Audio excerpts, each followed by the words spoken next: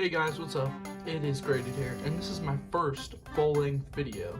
Now today, I'm going to be ranking all the controllers that I own, or at least the majority of them. There's some that I'm pretty sure I'm missing, but this is most of them. Here are my controllers that I have ranked from worst to best. Now coming in dead last for me is the Oculus Quest 2 controllers. I don't know what it is, but whenever I play the Quest, I feel like I always have to look at my hands. Like, take off the goggles, look at my hands, see what buttons I have to press. I feel like it's just not ergonomical on these controllers. I don't know if it's that I don't play it enough, but I just always feel like I have to look down at my hands and see what I'm doing, and I feel like they're just not the biggest and most comfortable, so these are not comfortable for me. But yeah, that's where it's going to find itself in dead last. Not far ahead of it is the PS3 controller. I don't know what it is about this controller, because I like the PS4 controller, but it's just, I feel like this is a cheap controller. I feel like I could literally snap this over my knee if I wanted to. But something about the thumbsticks being so close together, I feel like I'm always playing thumb wars with myself. And, you know, they didn't really change much of the design out of the PS1 remodel controller, but it definitely did it right with the PS4. Now, coming in right ahead of that is the Switch 1 Joy-Cons. I'm going to include the gripped and non-gripped and on the system. Just in general, especially in the grip, these are tiny. Like, these are just small controllers. I do not like how small they are. I know it's a console designed for kids. Especially in the grip, it's probably the least comfortable position for me. Having them detached is pretty comfortable. I think it works when it needs to, but like, honestly, I find it most comfortable when I'm playing in handheld mode. So I only use the Joy-Cons when I'm playing on the go, honestly. Now coming in ahead of those is the Wii Remote and the Nunchuck. I don't know where my Nunchuck is, but we'll just use the Wii Remote. I'd be thinking I'm crazy putting the Wii Remote above stuff like the PS3 and the Switch controllers. Just hear me out. They finally made a controller that left-handed people can play comfortable. You can move the thumbstick, you can switch hands with the nunchuck. Especially for games like Mario Galaxy, it just feels natural.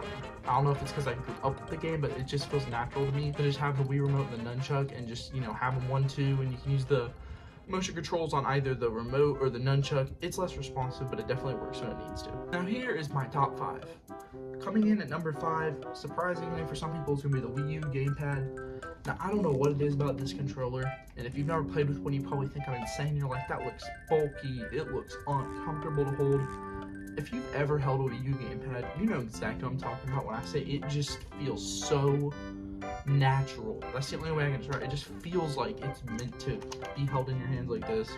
When you're playing games, the screen barely ever, you know, gets in the way. It doesn't feel too big. It feels like just right, especially when you have it like sitting in your lap like this and you're just playing. I've never had problems with the Wii U gamepad when I'm playing with it, but the one thing I do complain about, and it might just be my controller, is my buttons.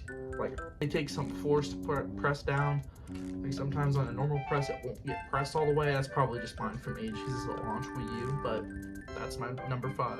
Coming in at my number 4 spot, I'm going to have the 360 controller. This is the other controller I grew up with alongside the Wii Remote. And for me, anytime I pick it up and play a 360 game, especially these pressure-sensitive triggers, they just feel so good. It feels so good to press them.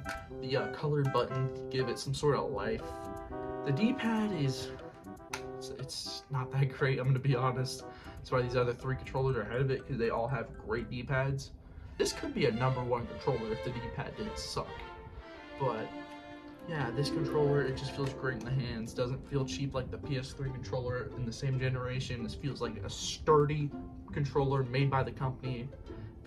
Definitely feels like a first-party controller. It doesn't ever feel like a cheap controller when I'm playing with it, unlike the PS3 in the same generation. Now, coming in at number 3, I got the PS4 controller.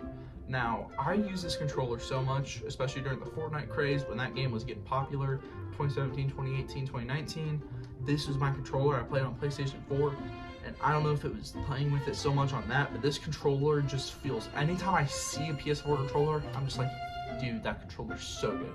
The touchpad on here, great thing, especially for like games like I said, Fortnite. You can press it, brings up the map. It's great. The triggers feel great. I did feel great to push, especially for shooter games. Like I said, Fortnite, when I was playing it with this controller, very well built controller. And my number 2 spot, and it's the main console I play all the time, is the Xbox Series X/1 controller. Now this controller, I don't know what it is, but it's a step above the 360. The D-pad is great, which is the only issue I have with the 360. And honestly, another issue I had with the 360 was that the Xbox button was raised. I did not like that. I don't like raised buttons. I think it just makes the whole controller feel weird. But like, they put the Xbox button, they made it not raised, they gave it a glow, which I thought was really cool. And the Series X putting the share button on the front, especially for content creators, is really cool. It's helpful, you know, it's a quick, easy way to share so you don't have to go to your menu to share. And the sticks feel great on this, especially with the control free thumb raisers like I have here. I highly recommend these. It helps like with shooter games and stuff. The control sticks in general just feel great, and knock on wood, but I have not gotten drift on a Series X controller yet. And I've had it for about 3 or 4 years, never gotten drift on any of my Series X controllers, and I have a few, so maybe that's why, because I shuffle through them just to prevent drift. But that is a great controller, love it. That's why I play on it. Now coming at number 1 to shock to everybody is the Nintendo Switch Pro Controller. This controller, every time I pick it up to play my Switch, it feels like the controller. Like, I wish I could use this on every console I play on. This controller is great. I'm not glazing. I literally just think this is a great controller. The buttons just feel so great to press. Triggers, even though they're clicky and not pressure sensitive, I wish they were. If they were, this would be literally the best controller ever. They're good though.